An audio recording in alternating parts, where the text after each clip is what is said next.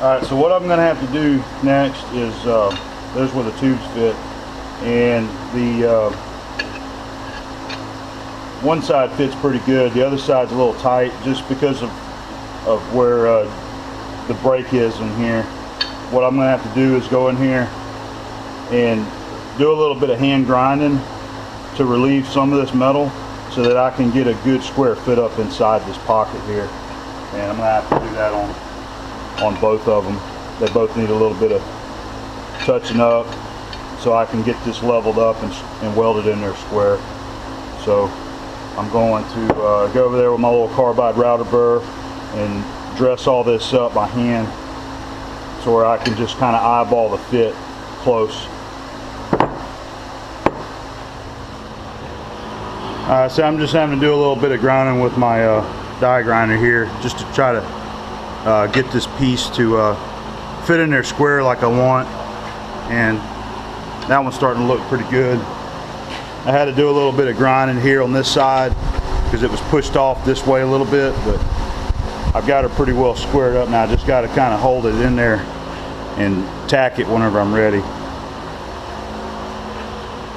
So I'm happy with that one. I got one more to do.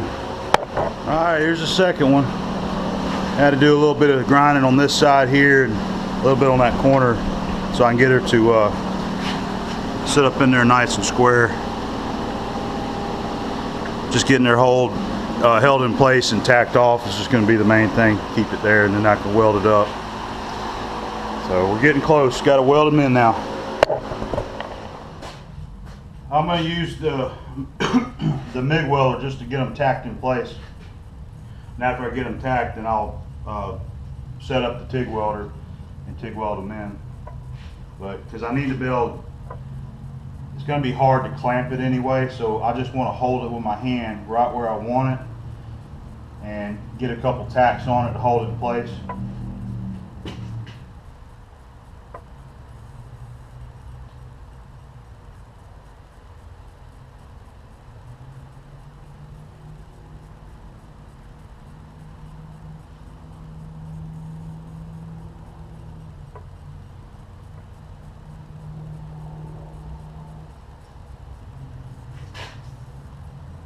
Alright, that looks pretty good. Let's see if this thing will tack.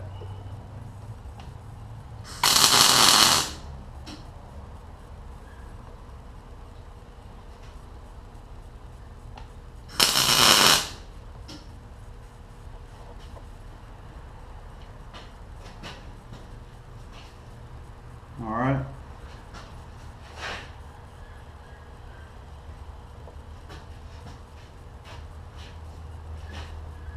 I think that'll work on that one.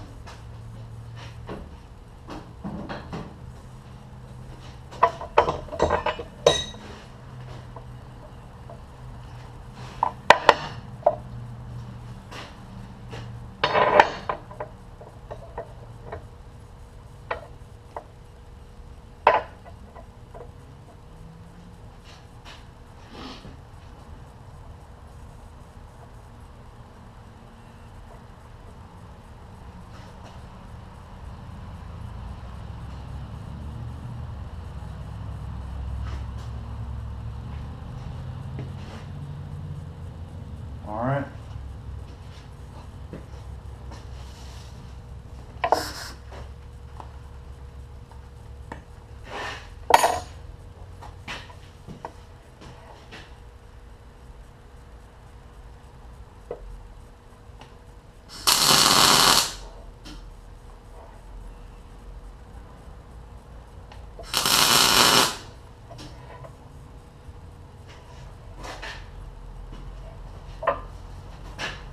Those look good.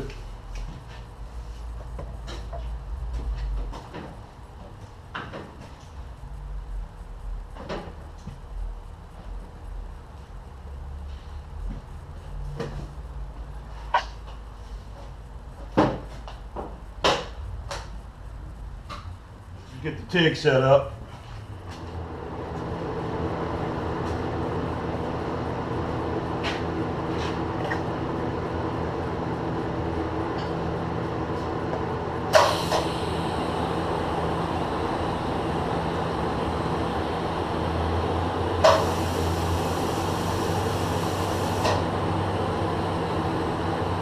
Won't weld without a ground.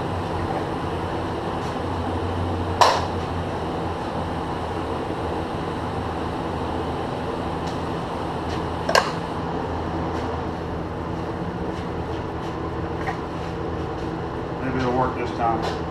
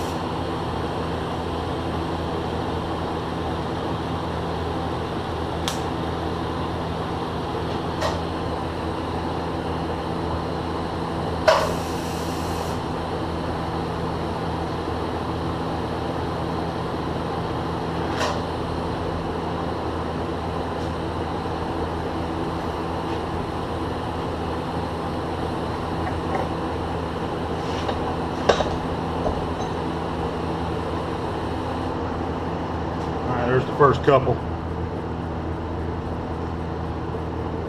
I'll dress them up.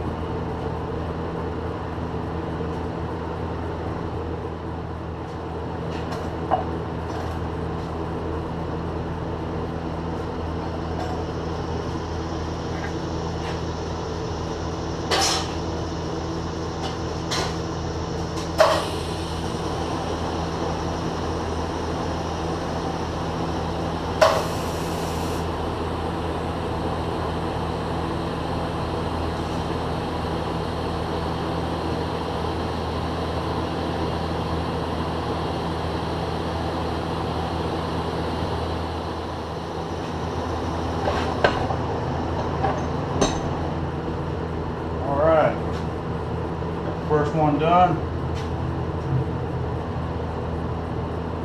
It ain't too bad. I'm gonna get the second one started.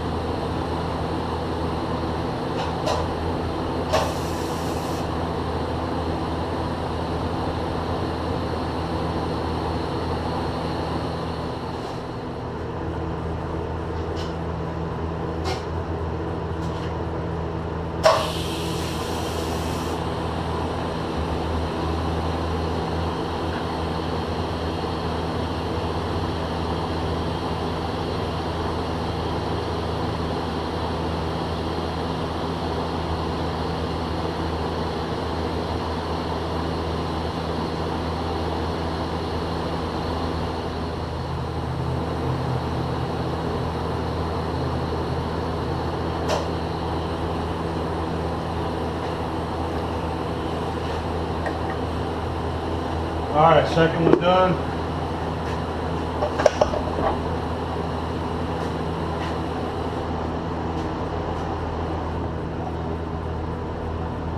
That one turned out a little bit better than the other one. Put a little just more heat on that side there. Alright. Just gotta let them cool down. And the last thing I gotta do is set them up in the mill and get the holes drilled. Alright, got them welded up. I dressed the edges just a little bit to kind of knock the high spots of the weld down. And the only thing I got left to do now is drill the 2 holes. What I got to do, this factory piece is 4" center to center, and you can see it there. And what he wants is, you know, from here we need it 6 inches and 8 inches. And he says that'll give him an option to do a 2 or 4" drop on the rear end of this truck. So last thing I do, set it up in the mill. I got my vise trammed in over there, and I'm gonna clamp it like this in the mill vise. The problem that you got right here is that even though that's pretty strong, as soon as you start pushing that with a drill bit, it's going to be pushing it, you know, bending it in a little bit. So what I'm going to do, I got me 2 pieces of key stock cut, and I'm going to stick them right in there like so, and just tack weld them right on the end, and that'll keep that top ear from spreading, pushing down. And then when I'm done, I'll just knock it out of there, dress it up. So I'm going to go ahead and get these tacked in, and we'll start doing some drilling. All right, getting her set up in the mill. Put a couple blade parallels here to space it up. And what I've done, because all this isn't perfectly square, you know, like a machine piece would be, that's just hand bent. I'm going off of the tube here, you know, that's machine. So I've got that torpedo level on it and got it eyeballed level. And I'm going to use, you know, the squareness of my holes in line with this. It don't matter which way that's tweaked or turned. So I'm going to center up on this hole, and then I'll be able to move the mill table down accordingly to drill the holes. All right, just going to use that coax to find the center. And really all I'm looking for is centered this way, because this way may not be centered on this the way I want it to be. So I'm going to find my center this way, offset it to 4 inches, and then I'm just going to scale, you know, the center here.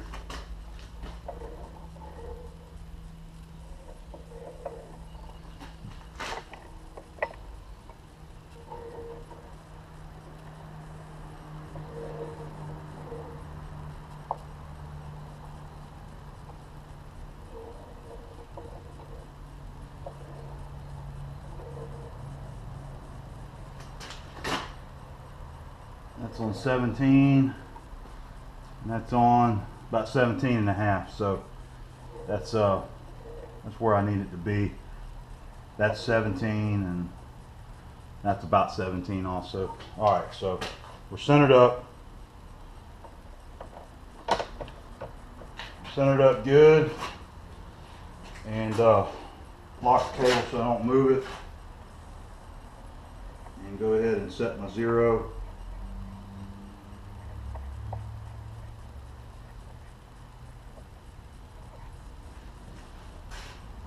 And start counting.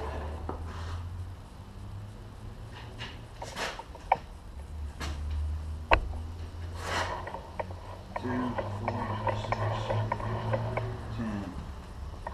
2, 4, 6, 8, 10. 2, 4, 6, 8, 10. 2, 4, 6, 8, 10. It's 4 inches. 2, 4, 6, 8, 10. That's 5 inches. 2, 4, 6, 8, 10. Alright, that's 6 inches right there. I got it on 0, so when I go to do the next one, all I gotta do is count another 2 inches and it'll be there. When I get that done, slap the other one in here and repeat the process. All right, all I'm going to do is scale it to center. I can look at it and see that I'm offset just a little bit. All right, these ears are just about exactly 1.5 inches wide. So I'm going to want this pointer on 3/4.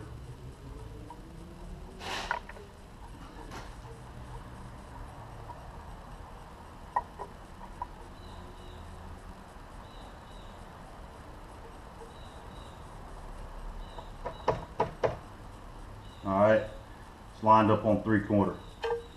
So we're centered. No real need in using an edge finder on this because, you know, these sides aren't completely square. Eyeballing the line on the scale, the center of this is going to be close enough for what we're doing here. So it's time to drill some holes and get one of these things finished.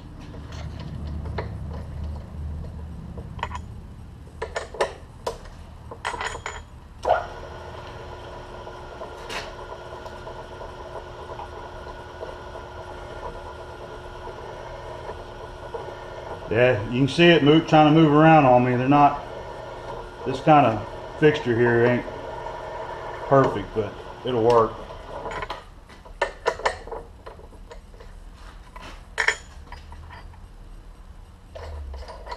All right, gotta go down some more.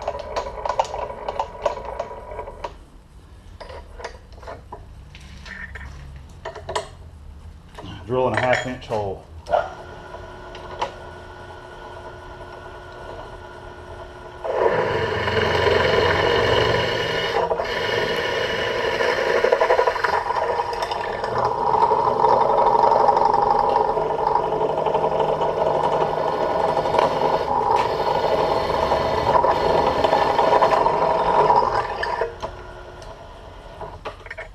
One down.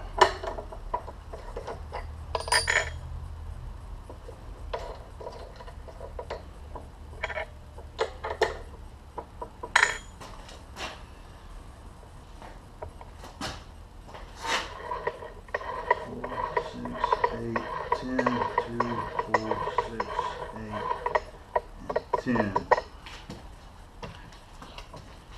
we go.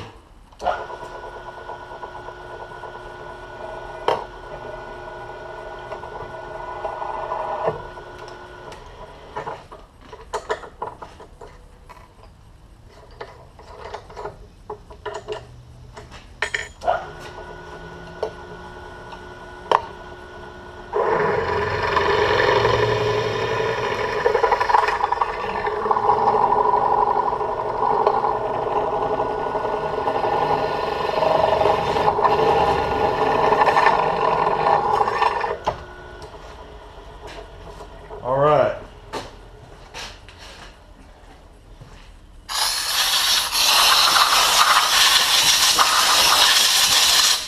It's looking like a shackle now.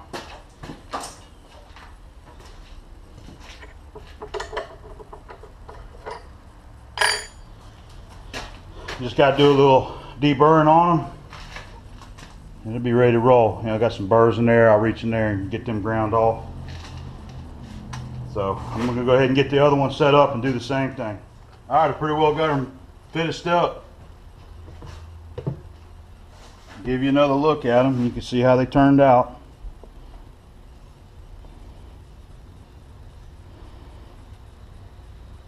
I checked the holes and I am at 6 and 8 inch centers on them.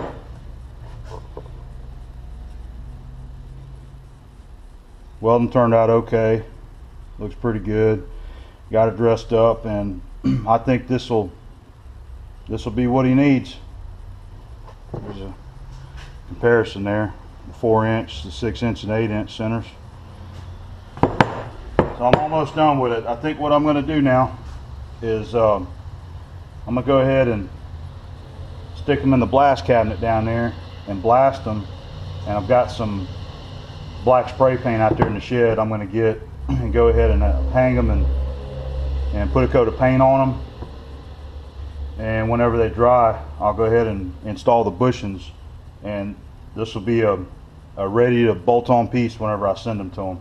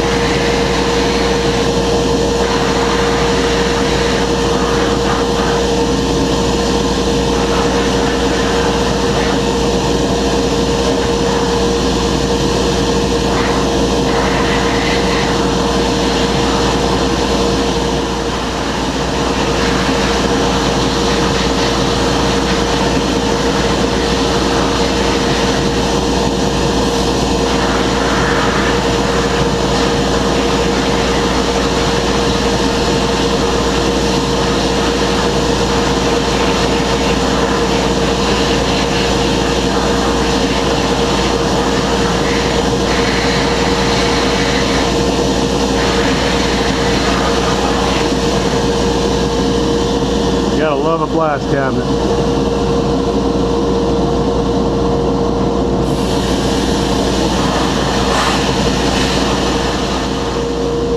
All right, ready for some paint now. All right, just got through putting a coat of paint on them. They're almost ready.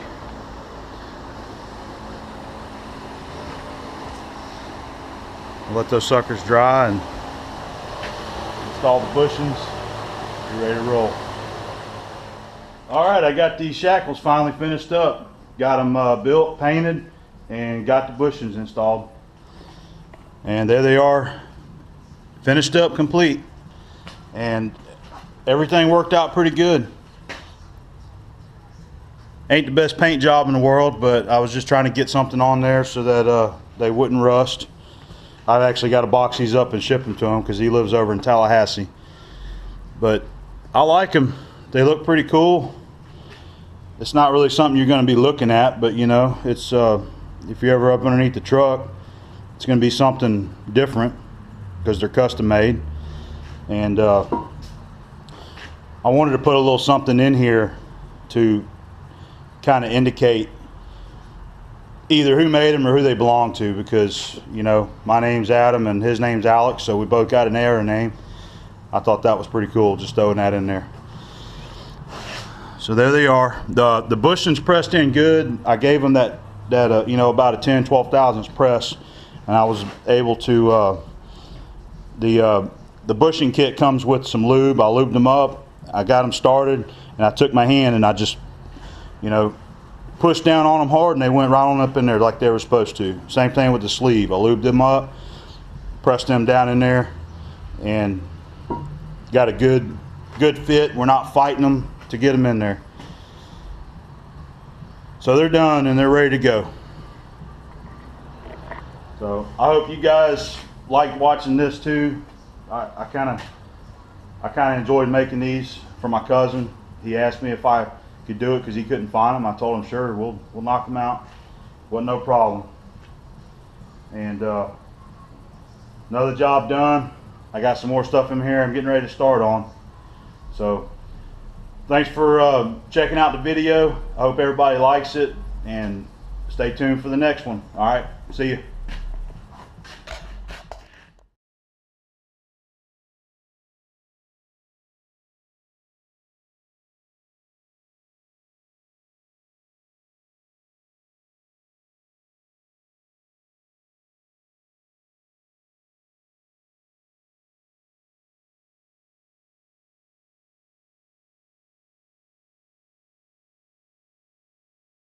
Grand music.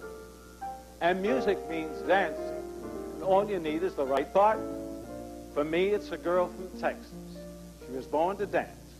Ballet lessons at the age of 8, just like lots of little girls. But she had something more. She was discovered by the famous Ballet Russe de Monte Carlo and toured with that company throughout the United States and the continent. Her lovely legs and her terrific talent graced some of the greatest of the legendary MGM musicals. In real life, I'm proud to be her permanent partner. Here's to my lady, Charisse.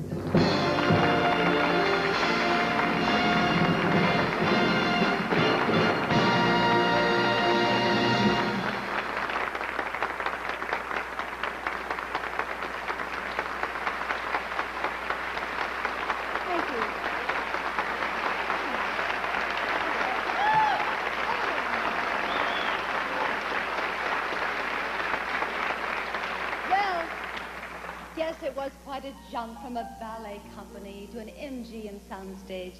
I was surrounded by all those wonderful stars.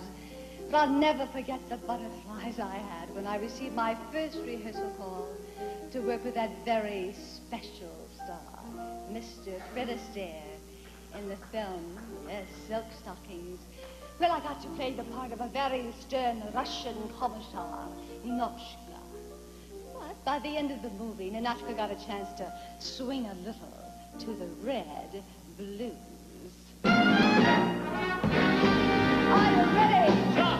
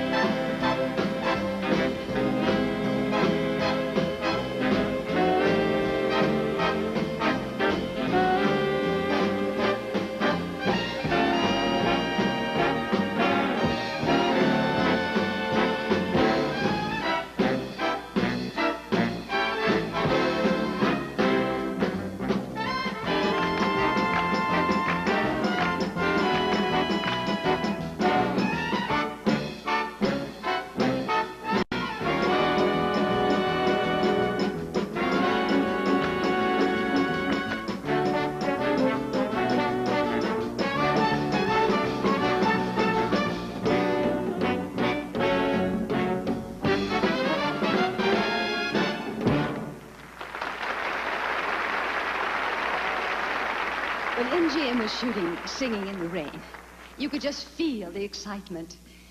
It was a movie filled with energy, wit, and joy, and they knew they had a hit on their hands. Can you just imagine my excitement when I got to join in and dance the blues pas de deux and to be part of that legendary film musical?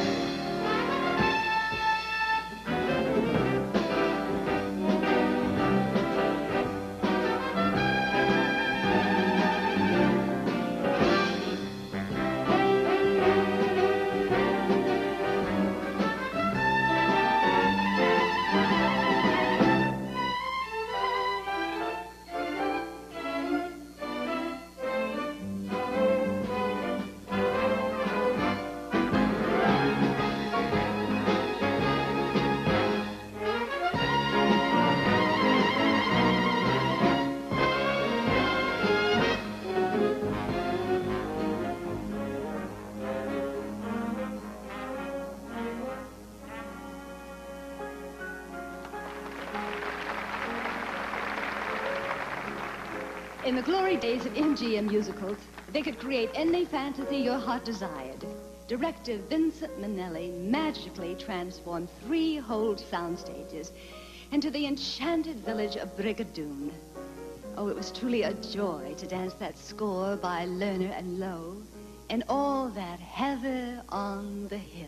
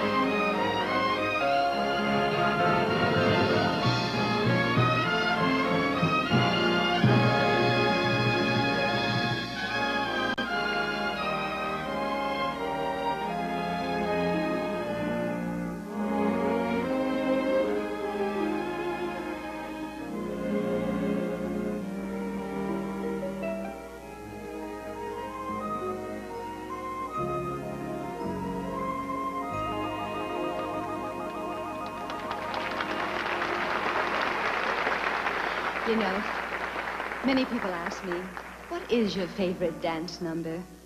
A difficult question. However, if I had to have a favorite, and maybe it's because I got to dance with Mr. Fred Astaire again, it would have to be a movie that's become a classic, The Bandwagon. And the dance? The Girl Hunt Ballet.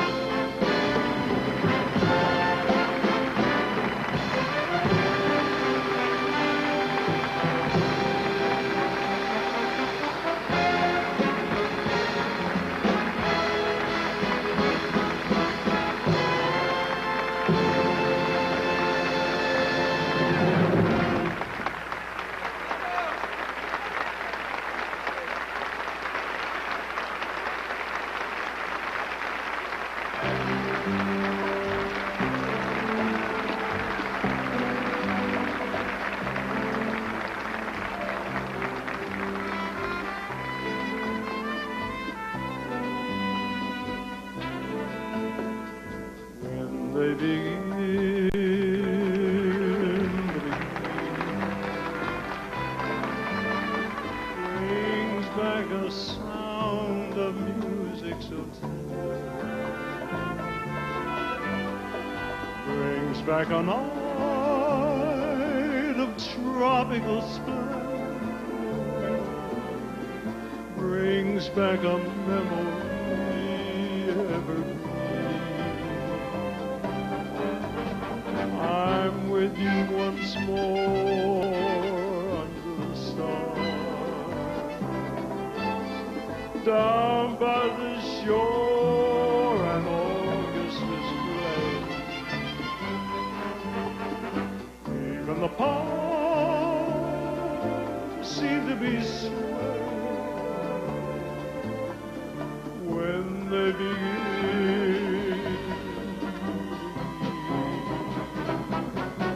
Oh yeah, in the beginning, make them play. Let the stars who were there before remain, and remember, let it sleep like the lost desire I only remember. When they begin to begin. Oh yeah, begin, make them play till the stars that were there before return above you. Till you whisper to me once more, darling, I love you.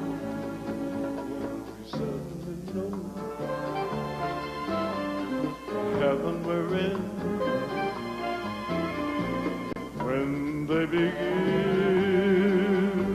to begin, when they begin.